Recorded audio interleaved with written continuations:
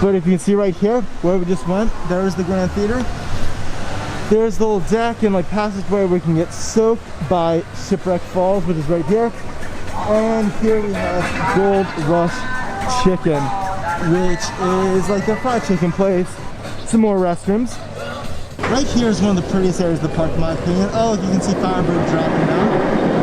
And that is actually because this used to be a landscaping advertisement, which is, I always thought was hilarious. But now it's no longer an advertisement, but they do keep it looking very nice. So now it's just playing good landscaping. Pretty cool. We got Gore, we got Firebird. Look at that. Two great coasters side by side. Gore is a GCI woman coaster. Firebird is B&M Floorless, which was previously Apocalypse, which is the stand-up coaster, and it was actually the first ever B&M coaster. Oh look, there's the fire effects you can see. And it was actually the first ever B&M when it opened up as Iron Wolf in 1990 at Six Flags Great America. So you can see right there, getting the brake run. It used to be terrible, but now with the floorless trains, it's a real fun ride. We got High Seas, the pirate ship right here. So here's the full Firebird Plaza. It's pretty nice. Over there, I'll show you in a second, is like the entrance and the shop with like apparel. There's Macho Nacho, one of the best places in the park for food. Aviary Grill, which is like hamburgers and stuff. There's Arita's. Here's the backside of Shipwreck Falls. There's like the little flying ride, I forget what it's called, Flying Pirates or something. But it's a family ride. And here's the front of this. Pretty cool shop. Some seats and stuff for just, you know, the food court area over here. There we got Wild One. And if you continue here, you'll find the entrance to Gotham City. There's the Firebird entrance. And if you continue this way, you'll get to a Mardi Gras area, which I'll show you in a second. So it's actually called Pirates Flight. Flying Pirates, I said, that's not too far off. The Balloon, which is like one of those shooting like water rides, like or games to get like prizes, and there's a soccer kick game that's just like darts. Really cool. Look at this little area. I love this shot. Got some nice trees and stuff, and the entrance to Gotham City, which we'll be going in soon. First, another Dippin' Dots. Got some more carts, security gates, and this is what I like to call the dead area of the park. So we got Capital Railways here, which is like their train ride, and we're still in Chesapeake, by the way. If you continue here, we're in this area that hasn't got a new attraction in so long, and there used to be rides here, but now there's not. So there's Celebration Stage, which is so rarely used. It's like a nice little area right here.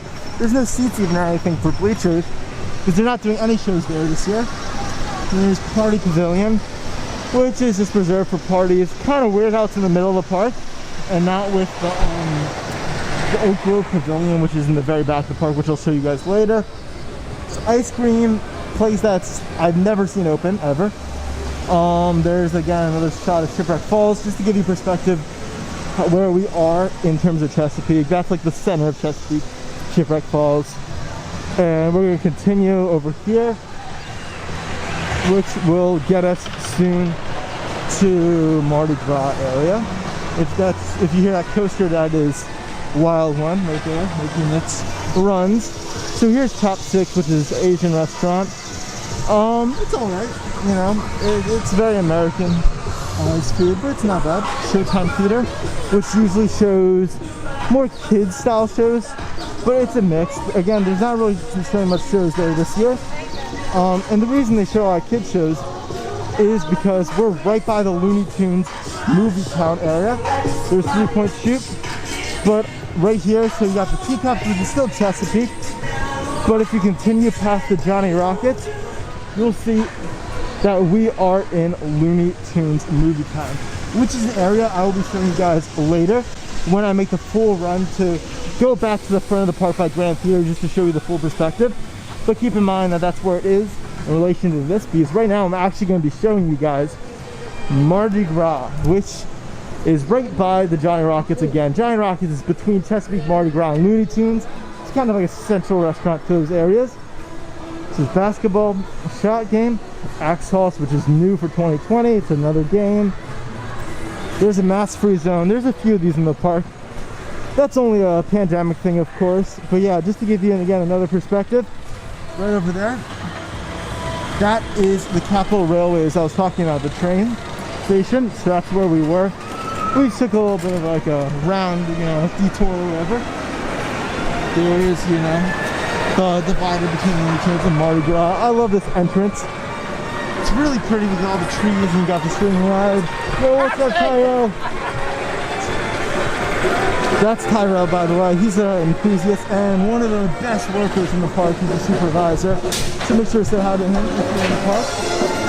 Getter McGee's, which is kind of like a sandwich place instead of a pizza. They try to be like New Orleans style food, but it's not really anymore. Raging Cajun, Sam Pearl spinning coaster that was relocated from Six Flags Great America in 2014. Fun ride, off the line. I love this little area with the buildings and stuff. Got a couple of games.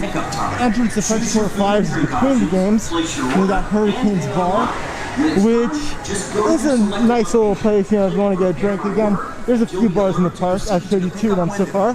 Mobile food ordering. This is one of the passes of the train. And over here you can see is their junkyard. And they've been having it for years now. Let's see if they still have it. It's hard to make out. But I believe there's still the old apocalypse stand-up trains are still there. I always take a look at them when I'm walking by. But you actually get the best view of the junkyard from the top of Raging Cajun.